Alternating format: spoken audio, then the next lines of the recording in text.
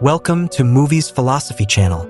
In this episode, we explore the bridge on the River Kwai, 1957, directed by David Lean. This epic war film is a masterful examination of leadership, pride, obsession, and the madness of war. Set during World War II, it tells the story of British POWs forced to build a railway bridge for the Japanese army and the moral complexities that arise. The film is based on the novel by Pierre Boulle and remains one of the most iconic war films ever made.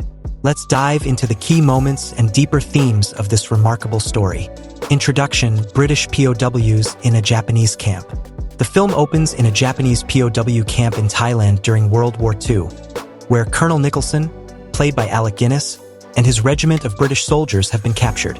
The camp is commanded by Colonel Saito, played by Sesshu Hayakawa, a strict and prideful Japanese officer.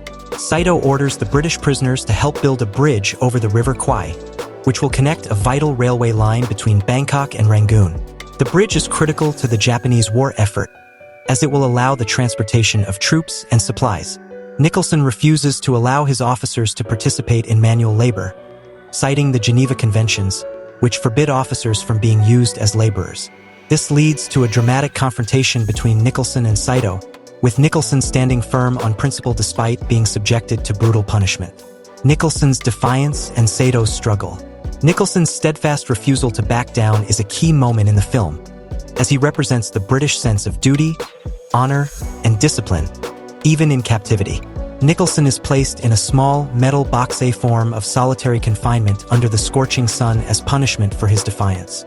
His men are forced to continue working on the bridge, though they do so poorly, dragging out the construction process. Saito, facing immense pressure to complete the bridge on time, begins to fear that his own life and career are at risk if the bridge is not finished.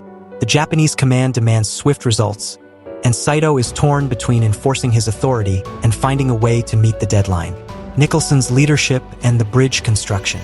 After days of harsh confinement, Nicholson is finally released, and Saito, reluctantly, agrees to exempt British officers from manual labor. Nicholson, seizing the opportunity, takes over the project, instructing his men to work on the bridge with British precision and efficiency. However, his decision to assist the enemy raises moral questions. Nicholson sees the construction of the bridge as a way to restore his men's sense of discipline, pride, and dignity, believing that they will prove their superiority by building a superior structure. Nicholson becomes obsessed with the idea of creating a well-built bridge, even though it is intended to serve the Japanese war effort. He envisions the bridge as a lasting symbol of British engineering, taking personal pride in its completion.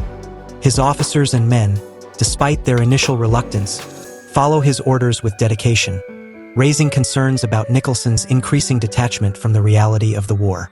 Shears and the Allied mission to destroy the bridge.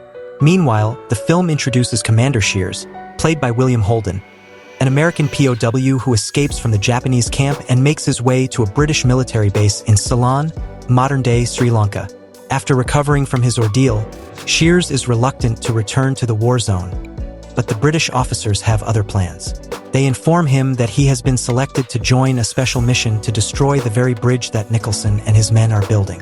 Led by Major Warden, played by Jack Hawkins, a British commando, Shears and a small team of saboteurs are sent on a perilous journey through the jungle to reach the River Kwai.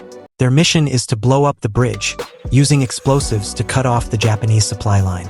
Shears, although resentful, ultimately agrees to the mission, as it serves a greater purpose in the war effort.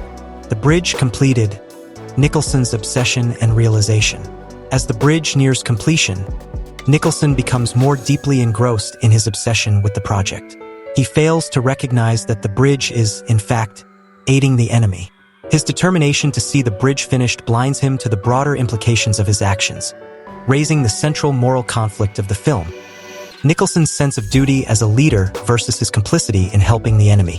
On the day of the bridge's inauguration, the Japanese plan a grand ceremony, with a train carrying Japanese dignitaries set to cross the bridge for the first time.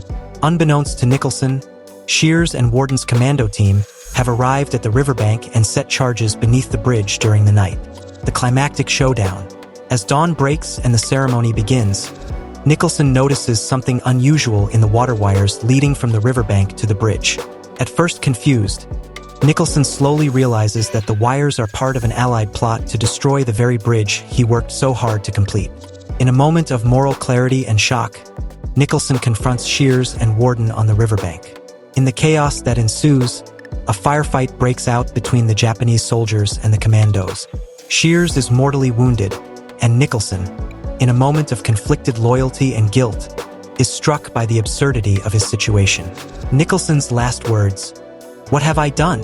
In his final moments, Nicholson, fatally wounded, collapses near the detonator and, realizing the enormity of his mistake, mutters, "What have I done?"